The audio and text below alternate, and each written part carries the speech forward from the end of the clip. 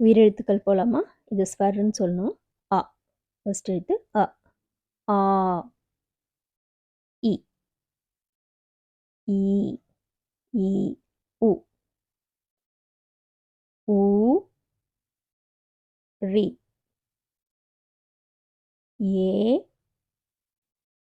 ஐ. ஓ. ஔ. அம். அம். அஹ. திரும்பி ஒரு தரம் பார்க்கலாம். அ, ஆ, இ, ஈ, உ, ஊ, ரி, ஏ, ஐ, ஓ, ஔ, அம், அஹ. ஹிந்தியை பொறுத்த வரைக்கும் ஏ குறிலும் ஓ குறிலும் இல்லை.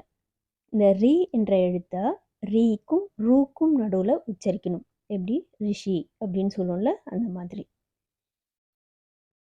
அதே மாதிரி அம் அப்படின்ற எழுத்தை அங், நோ, அஞ்ச், அன் அப்படின்னு எழுத்துக்கு தகுந்தாற் போல சொல்லலாம். அது எப்படின்னா பின்னாடி வர மெய்யெழுத்தை பொறுத்து அந்த எழுத்தோட உச்சரிப்பு மாறும்.